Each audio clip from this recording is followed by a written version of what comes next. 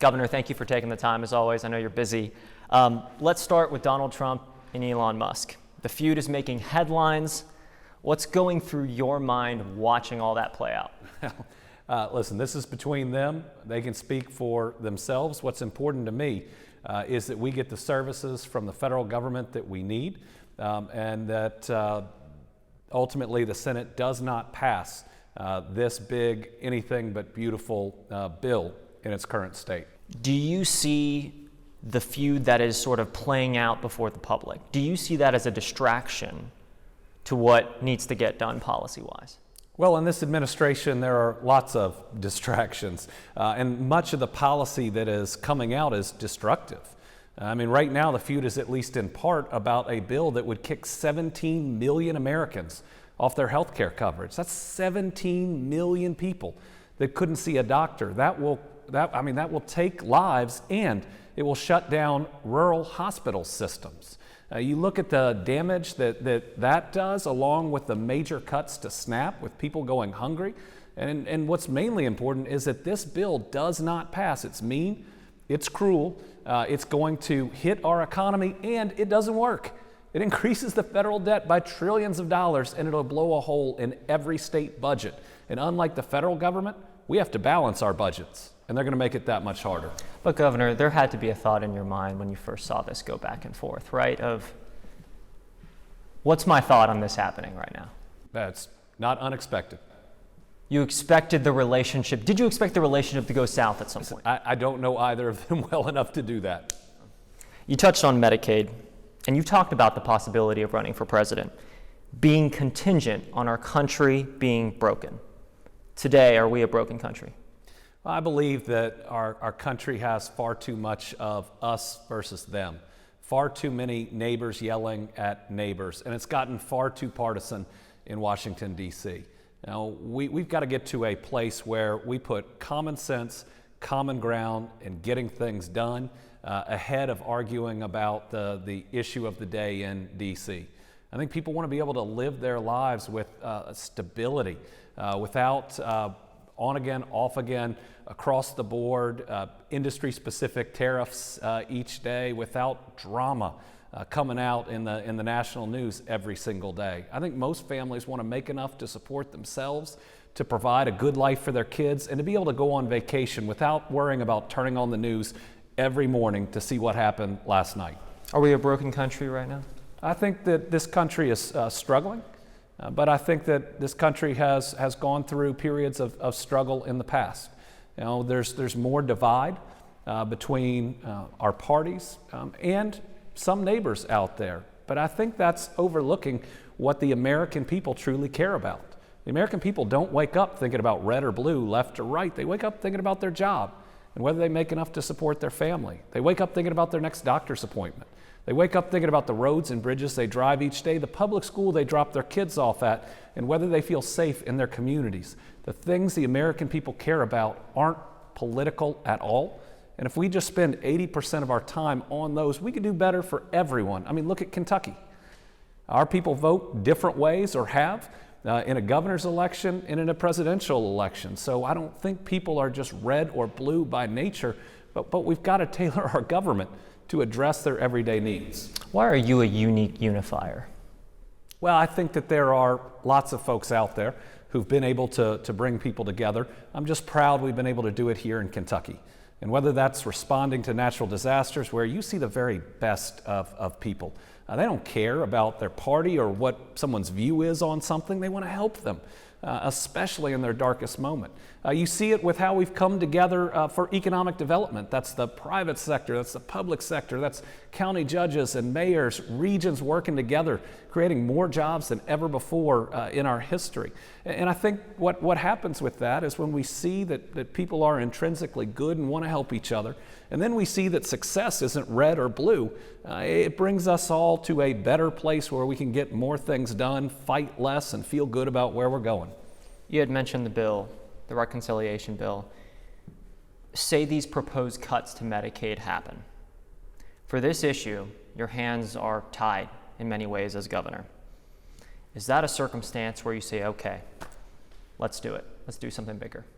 Well, certainly this year I'm focused, and next year, on being the best governor of Kentucky that I can be, and I'm going to give it my all every single day. I'm also the head of the Democratic Governors Association next year, where I have 36 races. If I do my job right, we'll lift up a lot of leaders, and there'll be a lot of reasonable, common sense voices out there, and that's a good thing. Say you're successful in getting the governors elected that you want to get elected as chair of the DGA. At that point, if that's a job well done, do you say, okay, well, the White House could be next? At that point, if I've done my job, that paragraph about who might run for president is getting bigger and bigger and bigger. And but you want to be on the top of that list. You don't want to just be one of many. That's really good energy. Well, we'll see. I mean, what matters most to me is that I don't leave a broken country to my kids. And if I'm somebody that could bring people together and heal this country, then it's something I'll consider. But I mainly care about this country that my kids are going to grow up in. If that's another leader, I'll look forward to supporting them. But all of that is much further in the future. You know, right now, I want to protect health care coverage for 17 million Americans. I want to avoid Kentuckians going hungry and a $300 million hole in our budget based on the SNAP changes in this bill. I want to make sure that we continue our record economic success and what I see as a tariff policy that is really challenging in pushing that forward. So I love this job. And Kentuckians ought to know when I get to speak to a national audience, I'm talking about us.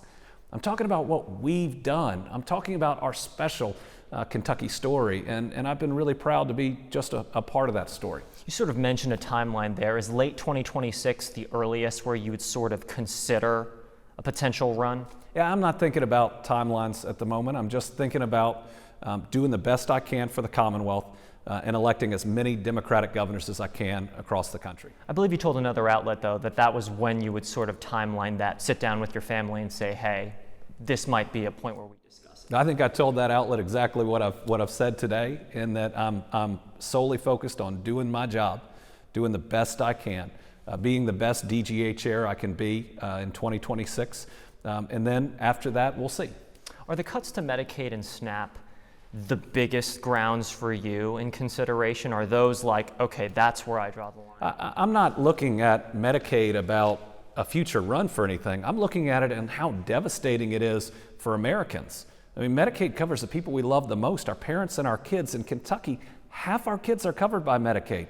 40+% of births are covered by Medicaid. 70% of our long-term care costs for our seniors are covered by Medicaid. I'm speaking out about Medicaid not for any future run, but because it's devastating to our people.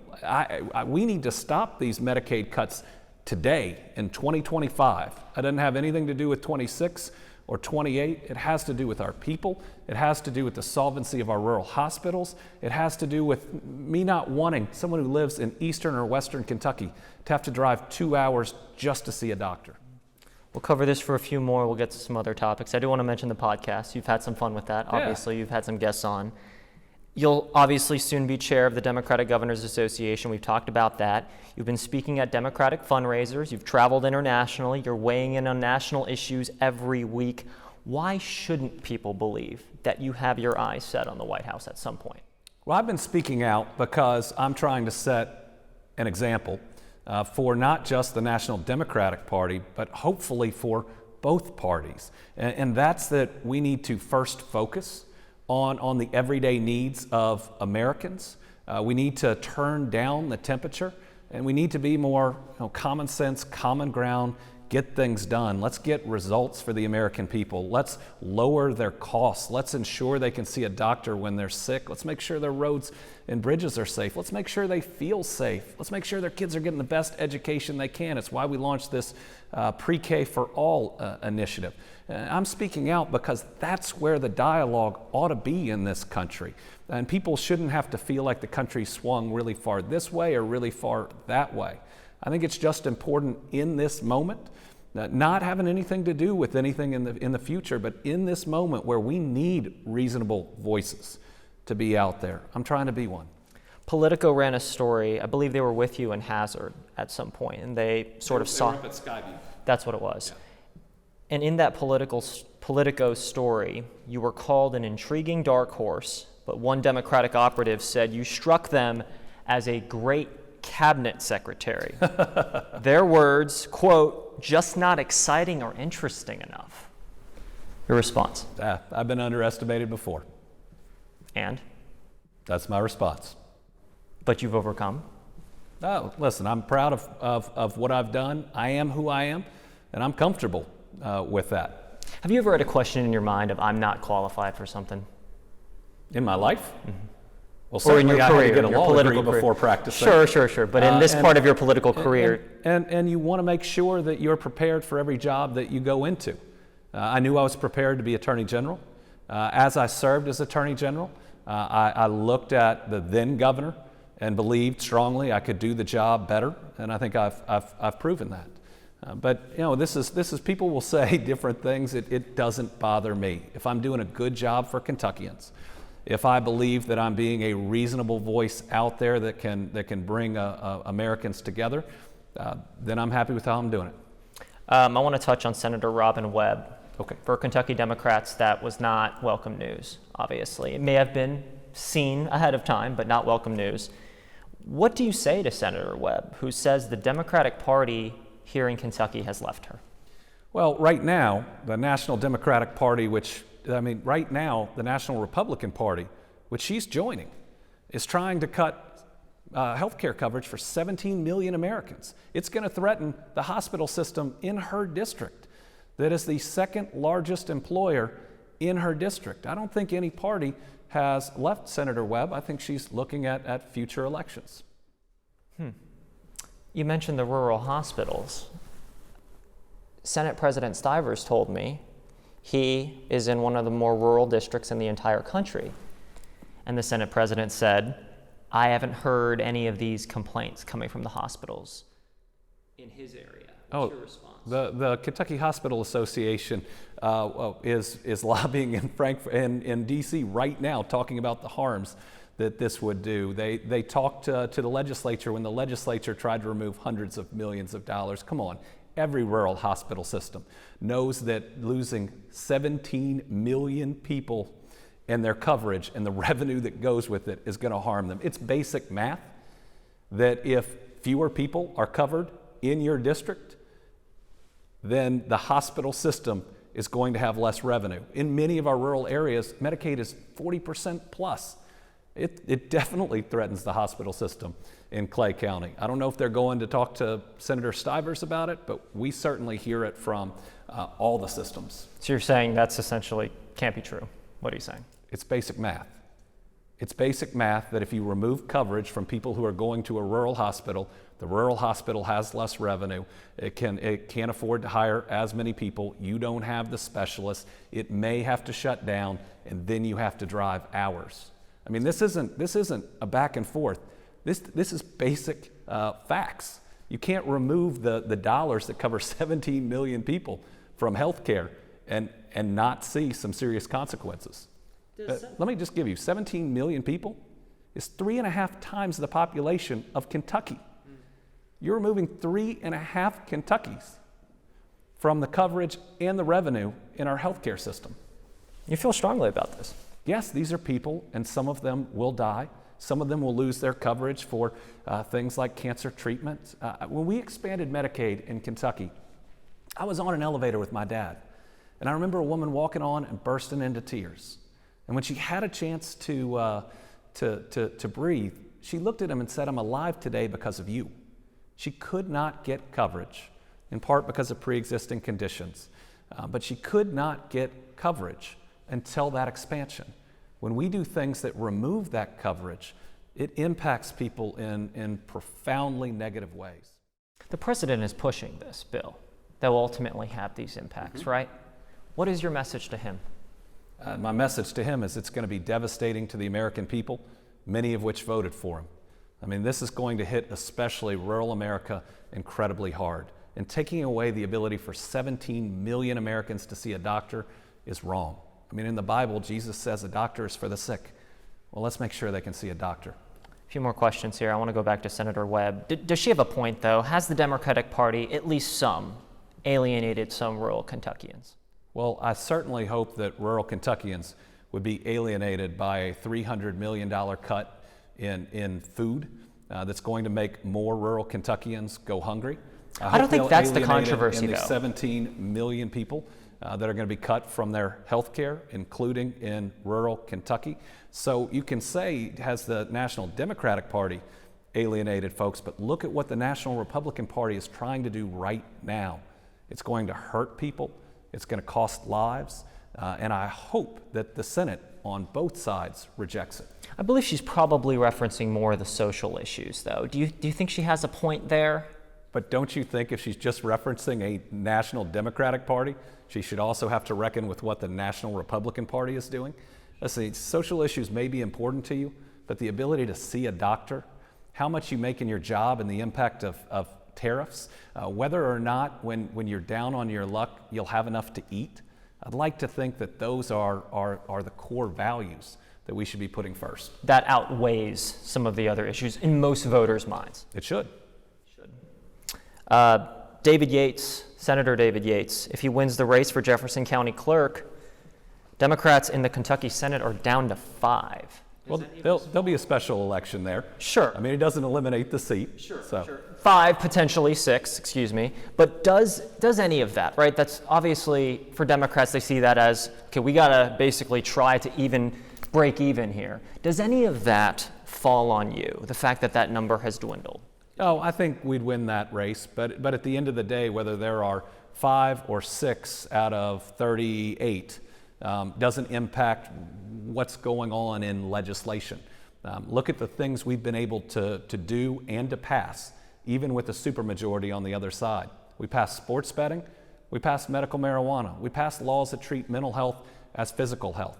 We've gotten most of the agenda that I talked about while coming in to serve as governor through a supermajority that happened before I became governor. So I think it's a story about being able to work together, to break down those divides, and to ultimately get our people the things they need. But Governor, with respect, as DGA chair, it's your job to get folks elected. Have you proven to this point that you're able to? Yes. How so? Well, you look at different elections we've participated in around the country, whether that's the Wisconsin Supreme Court race, whether that's one of our Supreme Court races here.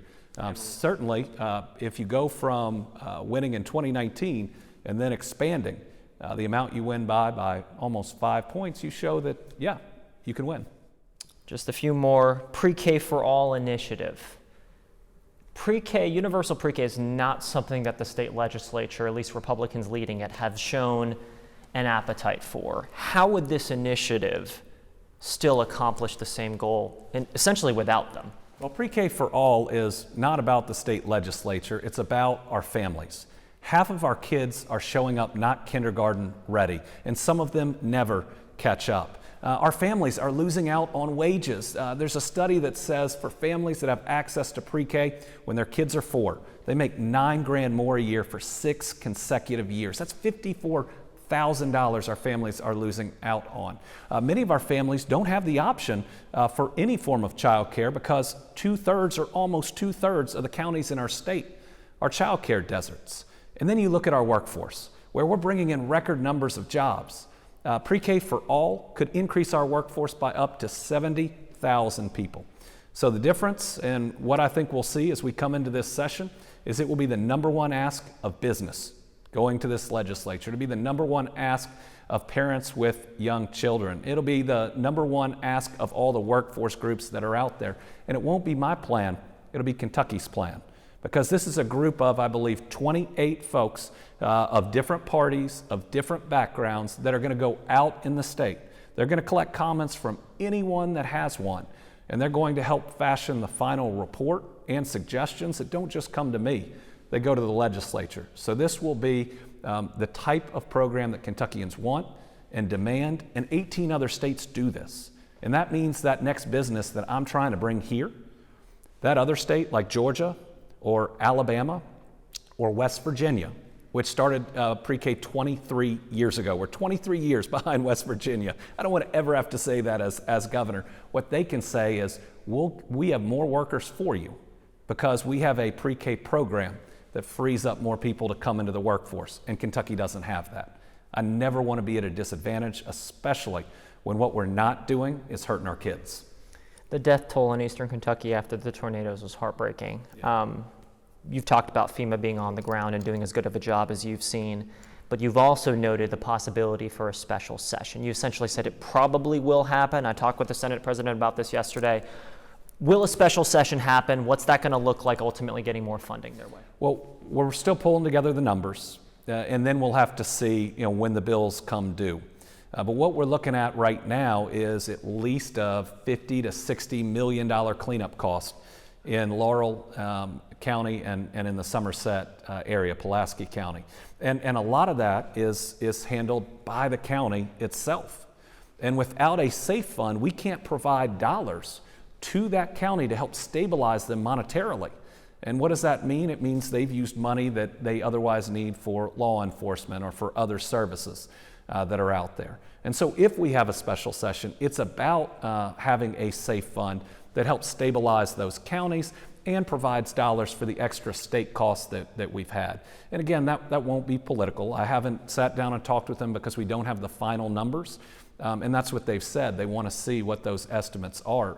But I believe that the legislature will be ready if it's needed, that we'll be able to sit down and get it done, but still waiting on the concrete information that we'll need. If the bills won't come due until after they come in a regular session, then fine. But I think that's going to be challenging, especially for the counties that have been hit.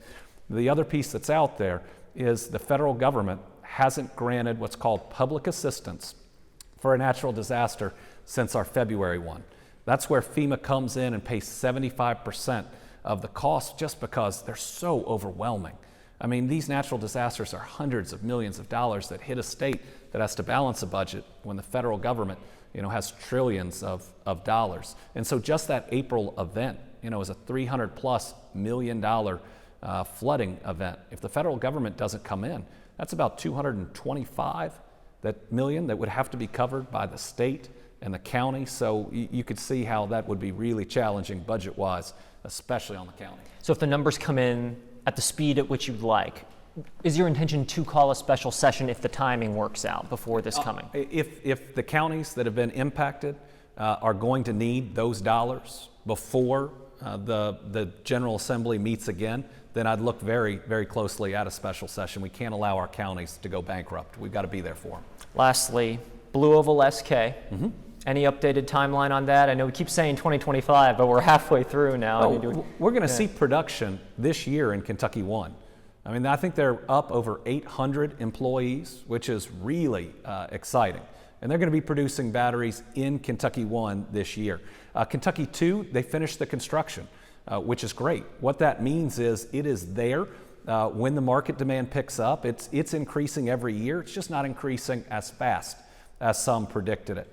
But while other companies haven't built their facilities, it means that we are in the perfect place where when we hit that inflection point and people really start buying EVs at that faster rate, we're ready to go and others aren't, which means we're going to have even more jobs, more opportunity, hopefully even more suppliers, because this will be the prime producer.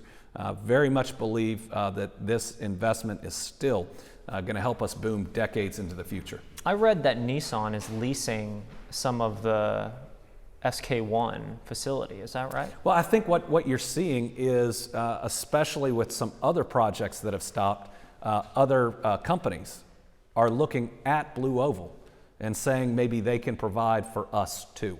I think Blue Oval wants to primarily make batteries for Ford, but if there are others out there that they can service, that only helps us, provides more stability for those Kentucky workers, knowing that there are more potential customers that they can reach. Before I let you go, I have to ask.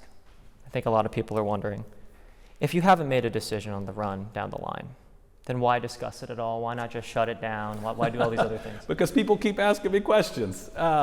Listen, it's flattering when people bring it up.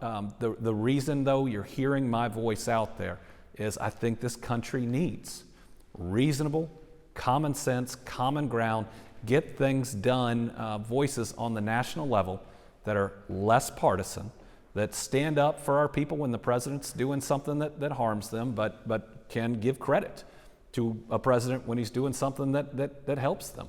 I just want to make sure that we are moving this country in the direction that most Americans want to see, and that they're not being whipsawed every single day. Now, I'm doing that in my role as the governor of Kentucky. It's a job I love, and I'm going to fulfill every day of it. All right. Governor, thank you for taking the time. Thank you. I appreciate it.